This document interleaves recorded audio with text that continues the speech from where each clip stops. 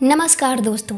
आज की ये कहानी सुनने के बाद आपको ये एहसास हो जाएगा कि इंसान की सोच कितनी गंदी होती जा रही है और उसकी हैवानियत की कोई सीमा नहीं है। इस कहानी को सुनने के बाद आपका दिल दहल जाएगा और आप ये सोचने पर मजबूर हो जाएंगे कि आखिर कोई इंसान इतना गंदा कैसे हो सकता है।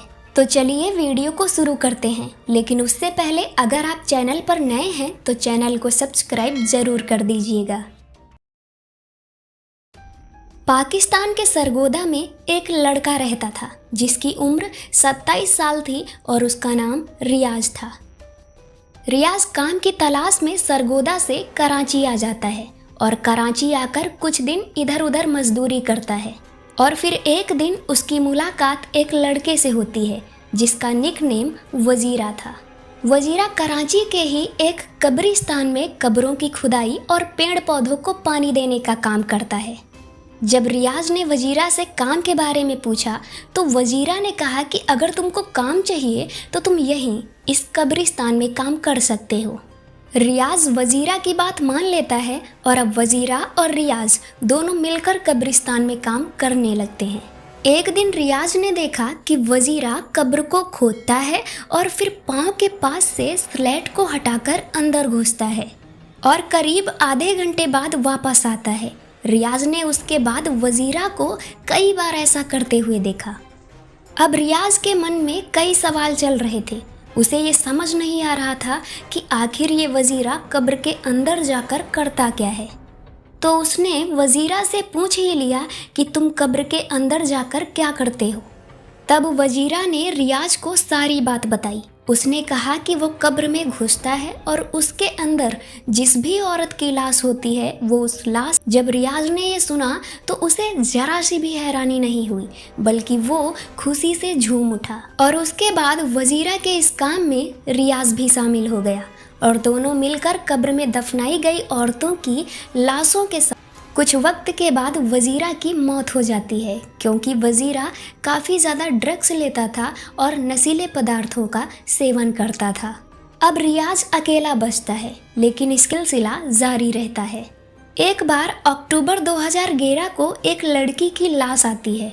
उसे दफनाया जाता है और दफनाने के बाद सभी लोग चले जाते हैं। हमेशा की तरह लोगों के जाने के बाद रियाज अंधेरा होने का इंतज़ार करता है और जब अंधेरा हो जाता है तो वो कब्र को खोदता है और फिर पत्थर के स्लेट को बाहर निकालकर अंदर घुस जाता है और कब्र के अंदर जाकर वो उस लाश के साथ ना शुरू कर देता है। इसी दौरान उसकी नज़र उस लड़की के दांतों पर पड़ी जो कि चमक रहे थे और फिर उसकी नज़र उस लड़की की आंखों पर पड़ी। उसने देखा कि उसकी आंखों से अजीब सी रोशनी आ रही थी, जिसे देखकर रियाज को लगा कि ये लड़की या तो जिंदा है या जिंदा हो गई है। ये सब देखकर रियाज बहुत ज़्यादा डर गया और कब्र से निकलकर चिल्लाते हुए भागा। उसकी चिल्लाने की आवाज़ सुनकर लोग इकट्ठे हो गए।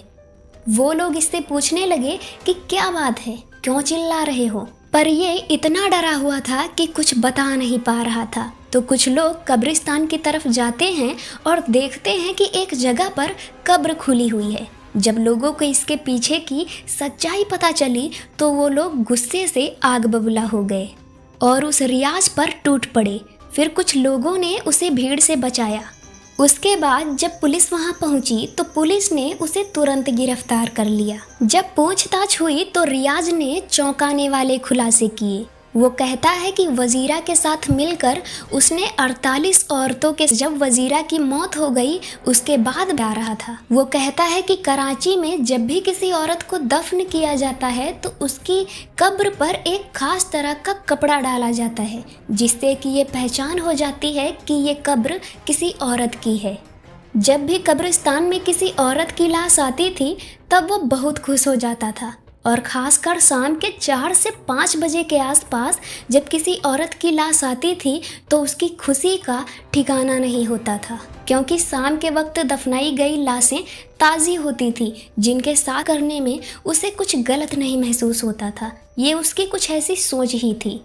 इसके बाद पाकिस्तानी मीडिया में इसका इंटरव्यू आता है जिसे देखकर कोहराम मच जाता है और हर एक पाकिस्तानी जल्द से जल्द इसे मौत की सज़ा देने की बात करता है। अदालत ने उस पर मुकदमा चलाया, हर एक जुर्म के लिए उस पर अलग अलग मुकदमा चलाया गया।